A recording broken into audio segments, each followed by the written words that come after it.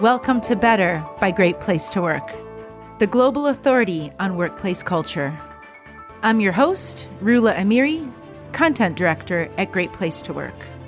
On this episode, we speak with Rick Jackson, EVP Engagement and Enablement at Deutsche Post DHL Group. We are very happy to have you here. It's nice to be here. Thank you very much. You're not only one of the 100 best companies to work for in the U.S., you are world's best. Number one. Congratulations. Second year in a row. Amazing. Yes. Yeah. How does it make you feel? Amazing. It just makes me feel so happy because it just shows the company that we've got and the people in it that really qualify it. That's it, really. So it's just, we couldn't be happier. Really couldn't be happier. Yeah. What would you say to leaders who say, hourly and frontline workers are hard to engage, just in general? It's a really tough question because I don't think they are. and I haven't had the experience to say, are they hard? Or it's been hard, if I'm honest. Mm-hmm. But then I suppose I could also say that I'm not in the operational side on that front line to engage them. Mm-hmm. But what we are doing is we're engaging them from the group level into the business. If we want to really engage the front line, we need to speak to them in their language. Mm-hmm. Now, that isn't just about what words we use, it's also about the language that they speak in. So we have to go into our population. If we want to engage our front line with anything we do, we make a point of translating anything into that front line. Mm-hmm. And we can get to 95% of our 110,000 people with around 42 languages. So everything we do, doesn't matter what it is, whether it's the cultural development, whether it's the skills development, whether it's anything to do with leadership behaviours or onboarding and engagement, gets translated into 42 languages so that they get it in their own language and they understand that it's relevant for them. And it's an easy thing because people can sometimes forget that.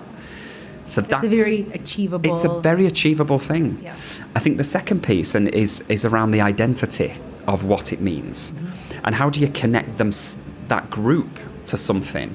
And what we've done is we've tried to sort of, let's say, gamify the whole situation. Everyone understands the game. And, when we were doing the focus session in the positioning around our certified program, Fadzlun, our HR director globally, was talking about how, there's this whole gamification element that comes with human beings of collection of stickers and stamps and talk about the collections, the passport. Yeah. So what we did was we created a passport to success in our organisation where every single person, whether you're the CEO or you're a courier or you're a customer service agent or a salesperson or an IT or HR or finance, any person in our operation, you get given a passport, and as you go through your journey within the company... And it looks just like a passport. It is a passport. We're talking about a passport. It's identical.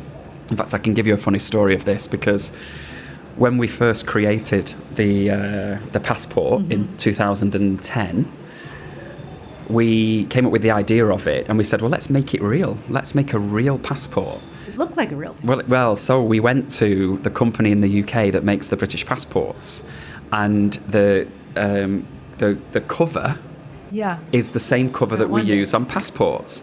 And the UK as a country ran out of passport paper when DHL placed their order because we needed to order over 100,000 of them at once. So we basically stripped the whole of the UK country of passport covers because we wanted them for our passports in the world. Because you just ordered an order of 100,000, and we printed them all in one place in London, yeah. Anyway, that's just a sideline story. But the whole premise of that is everybody has one.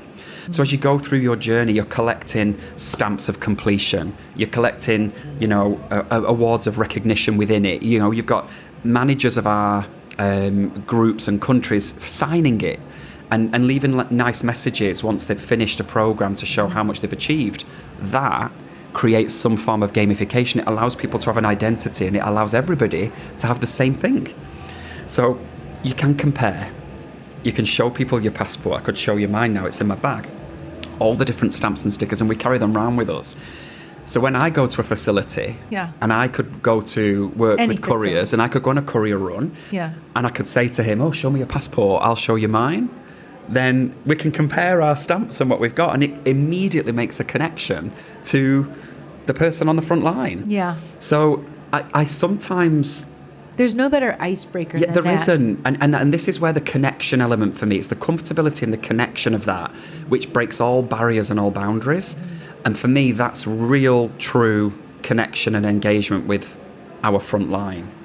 And that goes in their own environment, but with anyone who visits, with anyone who works with them.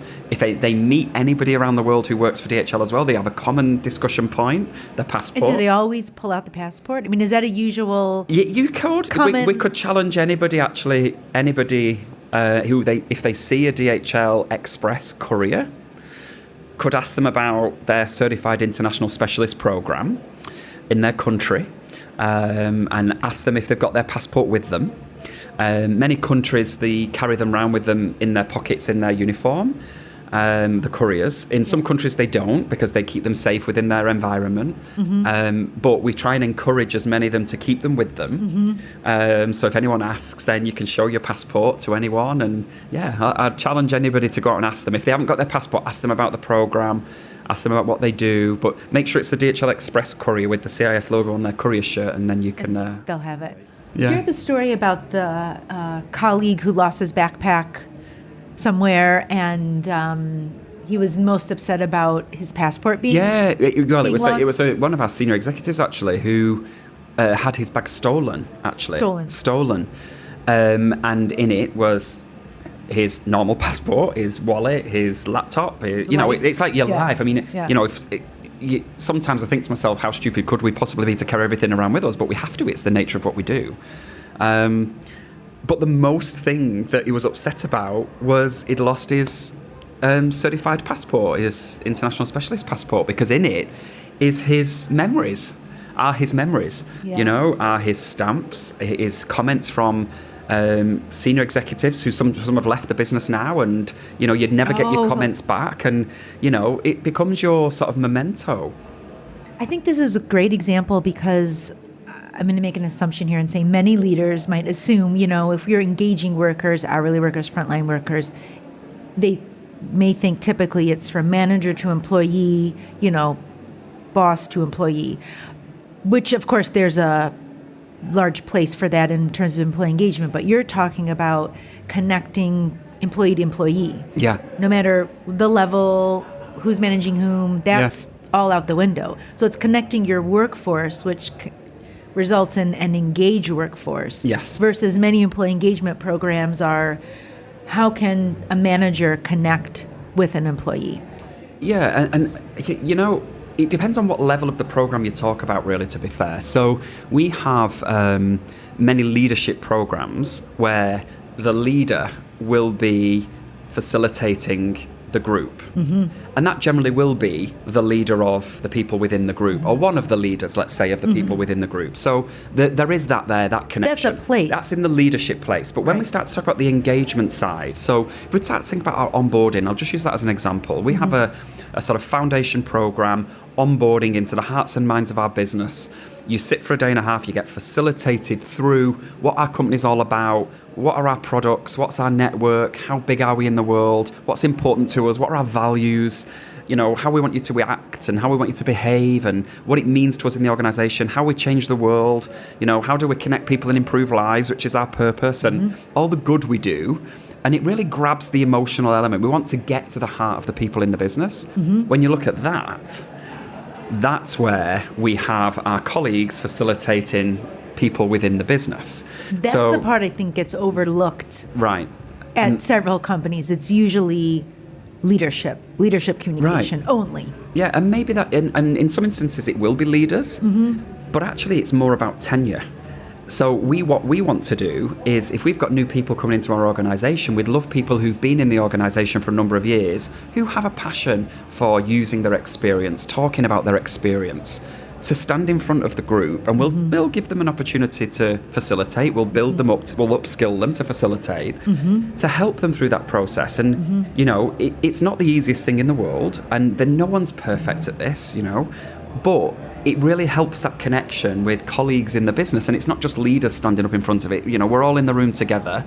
And actually, within that room, if they're new and they're being onboarded into the business, it could be many different levels of seniority altogether, because they're all being onboarded into the company. Right. And it's not about what leadership is, it's about the values and the culture of our organisation, and that doesn't change based on hierarchy. Right, based on your title.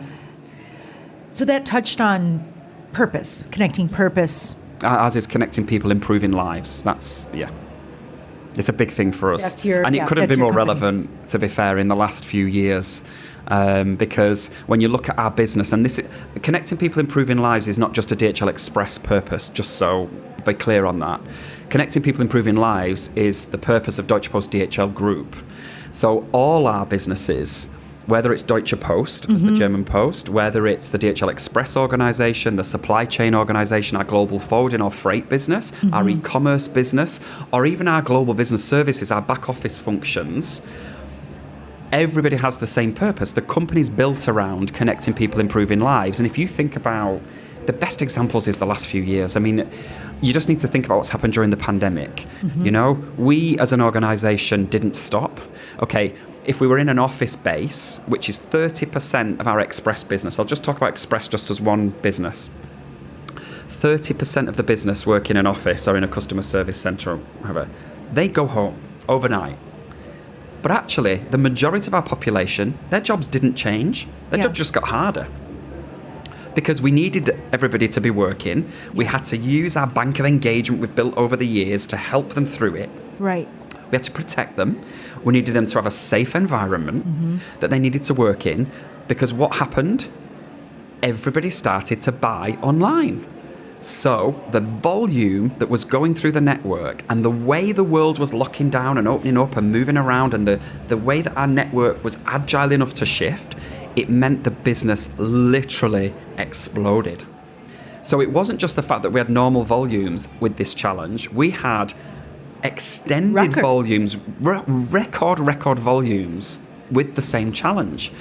But everybody rallied around the same purpose, that we were actually connecting people and improving their lives, because that's what we were actually doing with them, because everyone was at home and they needed to buy and they bought everything online. Because actually, if we can say, you may be a courier delivering, then you can see your massive impact because you're delivering things to people. So you know you're connecting people and you're improving their lives because you're delivering every day.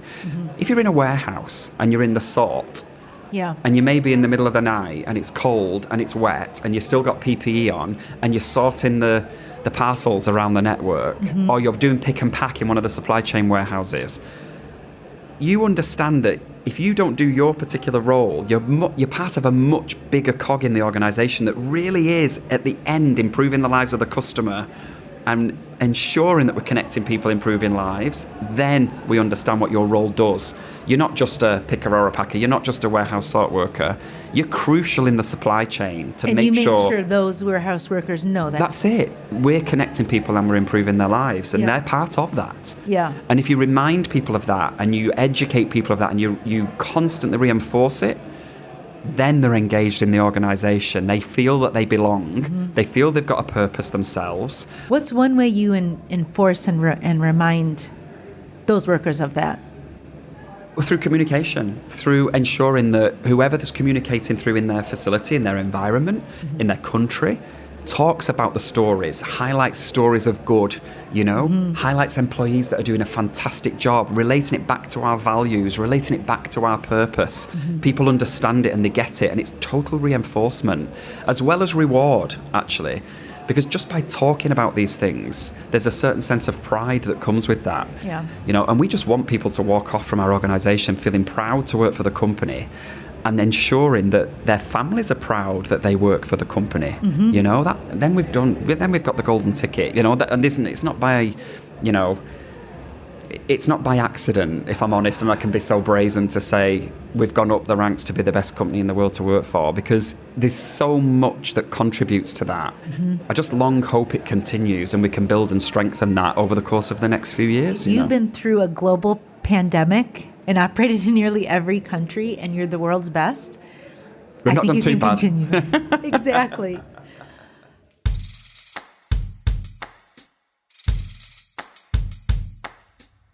let's switch gears a bit and get to know you a little bit more. Okay. Ooh. So you've been in HR for most of your career. No. You have not? No, I'm not an HR history. I'm not an HR professional by trade. I'm an IT guy. You're an IT guy. Not many people know that. Yeah. How did you get here? Well, I'm an IT and a mathematician. So my degree was a dual honours in computer science, programming, and applied and pure mathematics. I don't know. I know. I can see you looking at me. I don't know. However that was, but that was my history. Yeah. So I'm curious to hear your answer then to this question. What advice would you give yourself?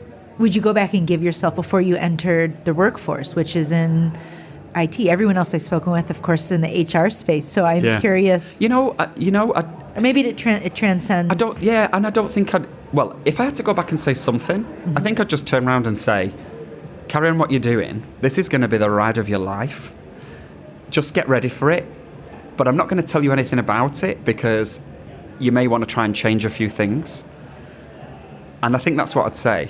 But just carry on. You'll be absolutely fine. Because I love what I'm doing, I know I'm in my sweet spot now. I'm really passionate about it. Yeah. And all those decisions you made along the way, of course, got you here. Yeah. And to be fair, one thing that I always think to myself is my IT and my mathematics background taught me to think in a certain way. And I think, and I can't really quantify this, but I really do believe that the way I think now in my role today, based on computer science and mathematics, really gives me a different way of looking at things than many other people that I know or I've met before. And it complements that other thinking, so it makes it much better from a team perspective with everybody to be working together with them. So I don't think I'd go back and say anything. I'd just say, look, you'll have the ride of your life. So just carry on, keep your head down, work hard, and play hard, and which is what I've done for the last 20 years. So I can't really complain about that. So I saw you brought a book in with you. Yes, I'm reading a book at the moment. What are you reading, and why should we also read it? Right. This is a really interesting book. The book is called "Why Has Nobody Told Me This Before?" And it's a book by a lady called Dr. Julie Smith, and she. If I recall why this is the second time I've read this book, if I'm honest, and I was sorting through my office a couple of weeks ago, and I found the book again, and I thought, you know what, I'm going to read this again, and Dr. Julie Smith is a therapist, okay, and she takes lessons from therapy that she does with her clients, but actually it's more life skill. Not necessarily designed for a certain therapeutic method. And she's taken those like life skill and really contextualized and understood them, and makes it easy for a layman who's not a therapist to really understand how you can be. And I remember reading it the first time, and a lot of the messages... How long ago did you read it? Oh, not that long. It's only probably 2 years or 18 months, yeah. And so I've just picked it up again. And I started to read it actually on the plane on the way over. I'm about 50 pages into it, but I'll probably finish it in the next couple of weeks again. But it's starting to flood back some of the messaging, and it's really around how to think, how to be chilled, how to get rid of stress, what is a low mood, and how do you deal with it. It's really, really interesting. And I love that type of stuff because I'm not a negative person. I'm very, very lucky.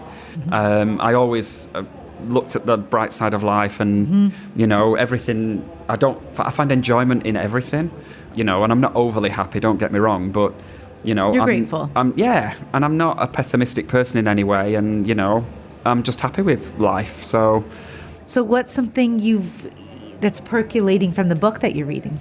No, it's just more about how to manage stress, or how to manage your mind if you get negative thoughts, if you're in a low mood, how to manage and deal with that, and how to look at it. Which we all have. And we all get it. Everyone gets it. And that's even why the most optimistic, grateful person. And that's it. And I think that's why this book's so important, because you don't have to be going through a depressive time to go through therapy to learn the lessons from that. it's on reflection, when you really sit and think about it, it's really an important piece. In fact, I'll share something with you, because when I read the book the first time, I wrote down 3 things, and I have a note on my phone that I ask myself questions. And I don't do it every day.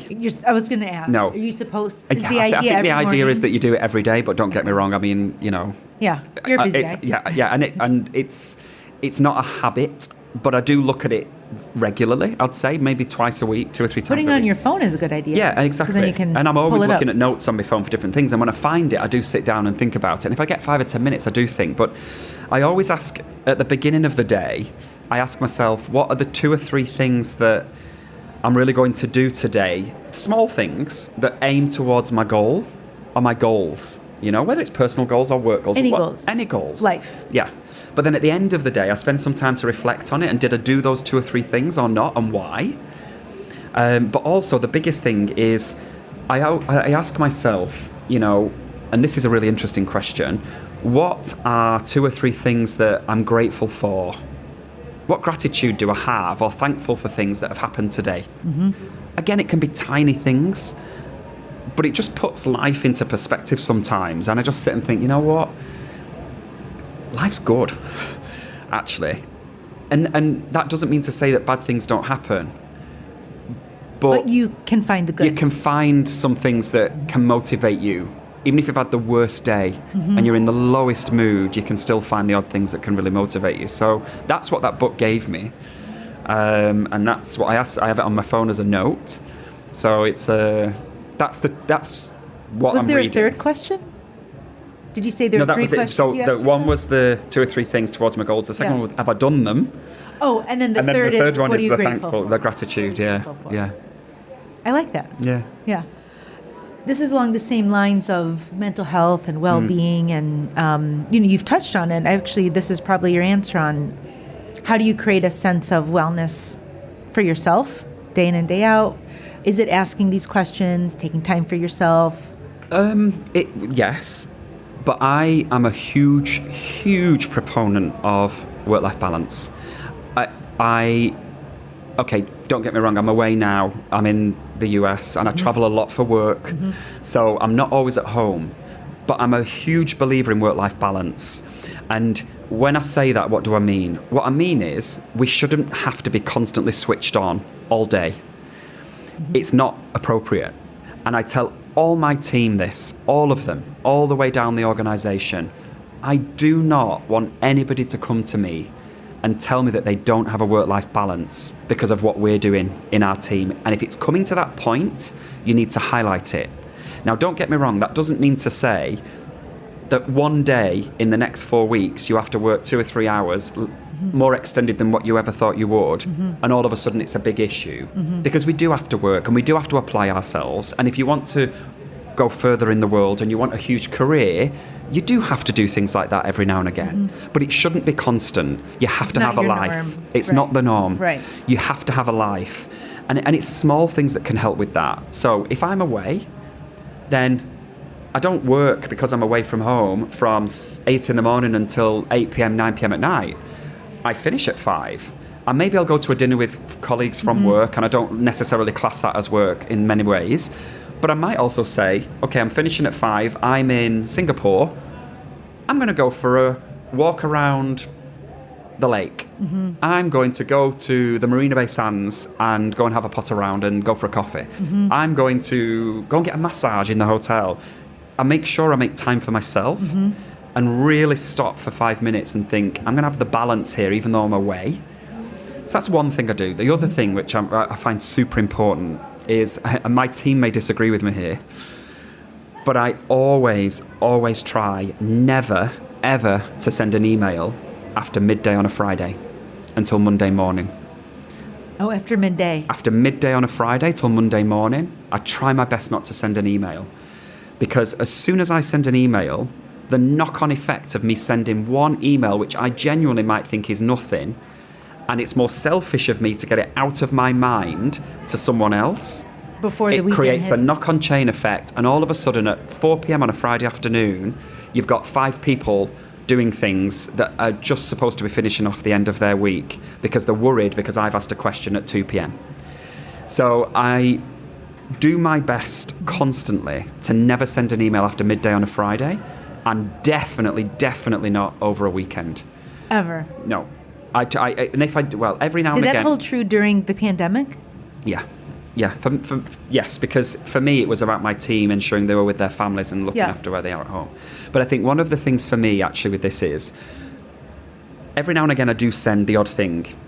And no one's perfect. That's my rule. It's my own rule. Mm-hmm. But what that doesn't mean is that I don't do work. Because if I find I'm comfortable because I have an hour on a Sunday afternoon where I'm sat on my own and I'd like to prepare myself for the week ahead so I don't get a little stressed on a Sunday night before I go to bed, and I think to myself, I'm just going to go through my emails, then I do. But what I do is I run through my emails, I reply, and I save everything to the draft. And then my inbox is empty. I've answered what I need to answer. I wake up on Monday morning. The first thing I do is go into my draft folder and I send all my emails. So no one's received anything before Monday when they get back into the office. Mm-hmm. So I'm a huge believer in that. I might say to my team, don't do it. Please don't do it. Because I also don't want to receive an email on a Saturday or a Sunday because I'll read it if it comes in, because you all know what happens. You've got your phone, you're looking at, I don't know, Instagram, Facebook, LinkedIn, Twitter, and it goes, beep, beep, and you go, oh, I've got an email. Yeah. You don't leave it. The first thing you do is look at it. You know, no one's going to leave it. So I say to people, please don't send me an email. It's not, I don't like it. Right. And I say it to my boss as well. You go and ask Thomas Olgovie, who's the board member for HR for Deutsche Post. Yeah. I say to him as well, please don't send me an email on a Friday night, because as soon as you send it, I'm now distracted for 2 days. Yeah. You know? Yeah. So yeah, you practice what you preach. It's a work in progress with everyone, but that's what I like to do to keep my wellness, to keep my balance. Yeah. Rick, thanks for joining us today. It's fine. It was an absolute It's been a pleasure. Yeah, and for me, I really enjoyed it. I enjoyed the conversation. Yeah. Excellent. Thank you. Thank you. Thank you for listening to this episode of Better. You can stream this and previous episodes wherever podcasts are available.